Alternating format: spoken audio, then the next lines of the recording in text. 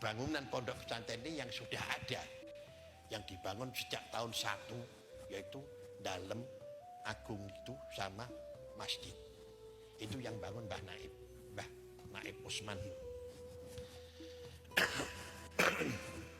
Sebelumnya itu belum ada apa-apa, pondok belum ada, adanya cuma istilah zaman dulu, gitu, zaman dulu disebut Pengulon gitu, tempatnya Pak Penghulu gitu. Nah ini, jadi kalau ada manten lagi japri yang masjid, laporan kita dalam niko, itu zaman dulu. Jadi belum ada pondok. Bapak datang itu bangun madrasah di depan ini, di depan masjid pertama kali. Bangun madrasah di depan masjid, sudah berupa gedung, namun bentuknya masih bentuk zaman dulu ya. Dengan emper, ada 2 kelas, yaitu pertama kali bangunan santri pertama kali, tempatnya di emperan itu ditutup dengan dinding dari anyaman bambu pada waktu itu pertama kali. Terus kemudian setelah santri agak banyak, mulai ada 12 santri. Dulu 12 santri banyak ya. Itu mulai bangun pondok pertama adalah pondok D, sekarang masih ada. Terus makin berkembang, bangun lagi pondok C, ya sekarang sudah hilang, tinggal sejarahnya aja. Kemudian setelah itu bangun langgar di depan C persis, yang sekarang jadi komplek I.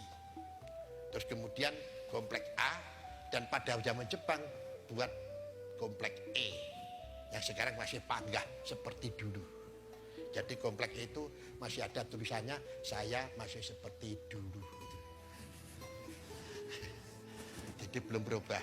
Ini apa? Belawu, tidak ada belawu. Zaman Jepang melarat banget. Akhirnya semen boto. Semen boto dibikin seperti ini. Gosok, telaten, ya alusian. Nyatanya sampai sekarang. Tidak ada perubahan itu, masih tetap seperti itu. Terus kemudian berkembang terus pembangunan.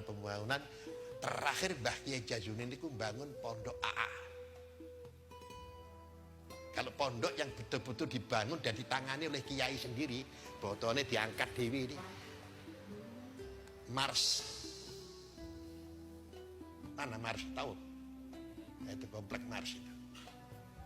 Itu dan betul-betul ditangani sendiri. Nggak nganggi otot, gak apa-apa, baik kayu, didui botol gitu.